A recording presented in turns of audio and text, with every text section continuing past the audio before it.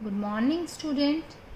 So today in our chapter Principle of Inheritance and Variation, we'll start a new topic that is genetic disorders. What do you mean by genetic disorders? Means disorders caused by one or more abnormalities in the autosomes or the sex chromosomes. दो तरह की chromosomes हैं, तो किसी एक में भी अगर कोई abnormalities होती है, whether in the autosomes or in the sex chromosomes of a person, these are called autosomal or the sex linked disorders. इन्हें हम autosomal, अगर autosome chromosome में differences हैं, changes हैं, then it is called autosomal disorder. और अगर sex linked chromosomes में changes आ रहे हैं, तो that is called sex linked disorder. So these disorders are divided into two parts, that is Mendelian disorders and the chromosomal disorders. Mendelian disorders में आ जाते हैं आपके haemophilia, colour blindness, sickle cell anaemia, thalassaemia, phenylketonuria. और chromosomal disorders में आते हैं आपके Down syndrome, Turner syndrome and the Klinefelter syndrome. So what are the Mendelian disorders? किसे कह रहे हैं हम Mendelian disorders? So these are the mutations in a single gene and these can be dominant or recessive. Gene में जाकर जो mutations हो रही हैं उन्हें हम क्या कहते हैं? Mendelian disorders. और ये जो म्यूटेशंस हैं वो डोमिनेंट में भी हो सकती हैं, डोमिनेंट जीन में भी, मीन्स जो हम कैपिटल से रिप्रेजेंट करते हैं, और रिसेसिव में भी हो सकते हैं. So Mendelian disorder further 4 types. Autosomal dominant, अगर ऑटोसोम्स जो क्रोमोसोम्स जो डोमिनेंट हैं अगर उनमें चेंजेस आते हैं. Autosomal recessive and sex linked, dominant gene में और सेक्स लिंक्ड रिसेसिव. इनके एग्जांपल गिवन है. ऑटोसोमल के एग्जांपल है हंटिंगटन. ऑटोसोमल रिसेसिव का एग्जांपल है सिकल सेल एनीमिया और the thalassaemia. Sex linked dominant gene में अगर चेंजेस आते हैं that is the defective टथ enamel. और सेक्स लिंक्ड रिसेसिव जीन्स में अगर चेंजेस आते हैं then the colour blindness and haemophilia. So these some examples are given in our syllabus by showing different crosses also.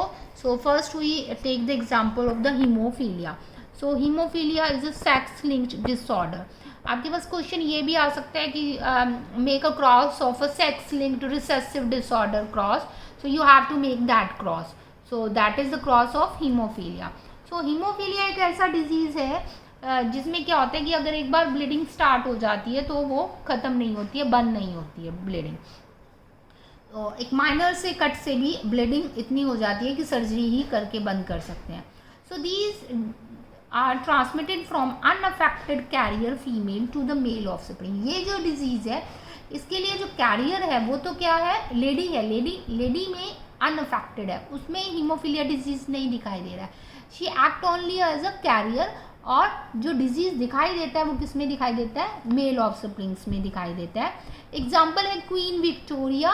Queen Victoria में ये disease she act as a carrier and transfer that disease to the Spain. तो Spain में जो mail था वहाँ पर वो क्या हुआ? डिजीज़ स्प्रेड आउट हुआ, क्योंकि ये डिजीज़ कौन शो कर रहा है? मेल शो कर रहे हैं, लेकिन इस डिजीज़ के जो कैरियर हैं वो कौन है? फीमेल. तो ये क्रॉस करके शो करके आपको दिखाई दे रहा है. That is a carrier women. Carrier women X 2 chromosomes होते हैं. एक एक्स के ऊपर हमने एच लगा दिया, मीन्स एक क्रोमोसोम क्या है? हीमोफिलिक कैरेक्टर को रिप्रेजेंट कर रहा है. एंड नॉर्मल मैन से अगर उसकी शादी होती है then the offsprings are normal girls, normal boys. 25% chances हैं कि नॉर्मल गर्ल और नॉर्मल बॉयज़ पैदा हो सकते हैं, लेकिन 25% चांसेस ये भी है कि एक कैरियर फीमेल भी डेवलप हो सकती है और एक कैरियर डिजीज़ बॉय भी डेवलप हो सकता है. ये कैरियर नहीं है, ये डिजीज्ड है. So that is the example of haemophilia. You have to show that cross in your notebook and sometime in the paper also you have to show that cross. The question is of 3 marks or the 5 marks. Now the color blindness. Color blindness is also sex linked recessive disorder. You have to learn whether it is dominant or whether it is a recessive, क्योंकि इन्हीं के नाम पर आपके पास question आएगा.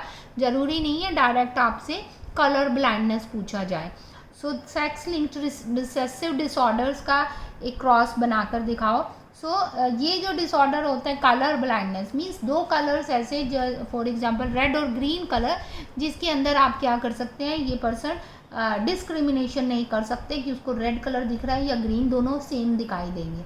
सो यहाँ पर भी जो कैरियर है वो क्या है, वुमेन है। तो यहाँ पर हमने शो किया है सिंबॉलिक सी से that act as a carrier for the colour blindness XXC and the same answer that कि 50% चांसेस हैं कि नॉर्मल बॉय और नॉर्मल गर्ल डेवलप हो सकता है उनके, लेकिन 50% चांसेस हैं कि एक कैरियर गर्ल डेवलप हो सकती है और एक डिजीज मेल भी डेवलप हो सकता है। So that is the cross of colour blindness. And in the last the sickle cell anaemia. Sickle cell anaemia वो डिजीज है जहाँ पर क्या होता है कि जो RBC है उसकी शेप में क्या आ जाता है, चेंज आ जाता है and it is a autosomal linked recessive trait. तो you have to learn autosomal, ये सेक्स क्रोमोसोम्स में चेंजेस नहीं आ रहे हैं, किस में आ रहे हैं, autosomal linked recessive trait transmitted from parent to the offspring. but ये कब कैरियर होता है, जब when both the parents are carrier for the heterozygous conditions. ये डिजीज डेवलप कैसे होता है, देखो कोई भी करेक्टर शो होता है कि जब एक लॉन्ग पेप्टाइड चेन बनती है प्रोटीन्स की, तो वो प्रोटीन एक पर्टिकुलर करेक्टर को क्या करते हैं, शो करते हैं। देखो ये जो इसमें सारा प्रोसेस है ये हमारे पास नेक्स्ट चैप्टर में आएगा एनलार्ज व्यू में। यहाँ पे मैं आपको शॉर्ट में बता रही हूँ कि फॉर एग्जांपल एक नॉर्मल जीन है HBA जीन जो ये करेक्टर को कैरी कर रहा है कि RBC आपकी कौन सी शेप की होनी चाहिए, राउंड शेप की होनी चाहिए। तो वो राउंड शेप की कब होगी, जब ट्रांसक्रिप्शन के थ्रू जो प्रोटीन बन रहा है वो कौन सा बन रहा है, कोड क्या बन रहा है, GAG, और उस कोड की वजह से ग्लूटामिक एसिड बन रहा है। ये देखो पेप्टाइड चेन मैंने लिखा हुआ, पेप्टाइड चेन क्या होती है, एक चेन ऑफ अमीनो एसिड्स। तो अलग अलग अमीनो एसिड्स में से ग्लूटामिक एसिड का कोड कौन सा है, GAG, DNA का कोड।